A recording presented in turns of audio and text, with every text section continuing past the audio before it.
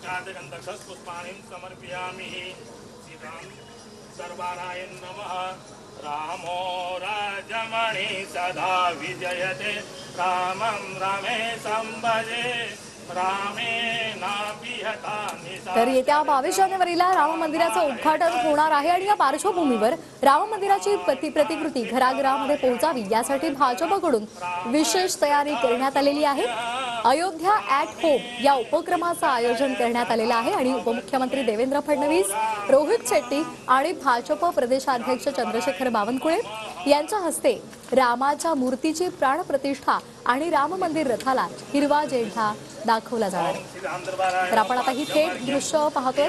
उपमुख्यमंत्री देवेंद्र फडणवीस यांच्या हस्ते पूजा केली जाते। 22 जानेवारीला अयोध्येमध्ये श्रीराम प्रभूंची प्राणप्रतिष्ठा केली जाणार आहे आणि त्या पार्श्वभूमीवर या राम मंदिराची प्रतिकृती घराघरामध्ये पोहोचावी यासाठी भाजपकडून विशेष तयारी करण्यात आलेली आहे। अयोध्या ॲट होम या उपक्रमाचं आयोजन करण्यात आलेलं आहे। उपमुख्यमंत्री देवेंद्र फडणवीस, रोहित शेट्टी आणि भाजपचे प्रदेशाध्यक्ष चंद्रशेखर बावनकुळे यांच्या हस्ते रामाच्या मूर्तीची प्राणप्रतिष्ठा आणि राम मंदिराचा रथ याला हिरवा झेंडा दाखवला जाणार आहे। सध्याची थेट दृश्य आपण TV9 मराठीवर पाहतोय। उपमुख्यमंत्री देवेंद्र फडणवीस यांच्या हस्ते पूजा सुरू आहे।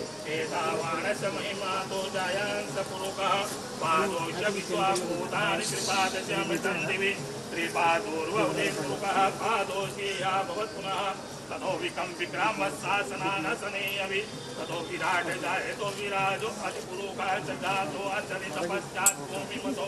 22 जानेवारी रामभक्तांसाठी एक ऐतिहासिक दिवस ठरणार आहे, कारण 22 जानेवारीला अयोध्येमध्ये प्रभू श्रीरामांच्या प्राणप्रतिष्ठा सोहळ्याचा संपूर्ण आनंद सर्वांना घेता येणार आहे। त्या संदर्भातली तयारी अयोध्येमध्ये सुरू आहे आणि त्याचाच भाग म्हणून भाजपनं एक अनोखा उपक्रम सुरू केलेला आहे। अयोध्या ॲट होम या उपक्रमाचं आयोजन करण्यात आलेलं आहे।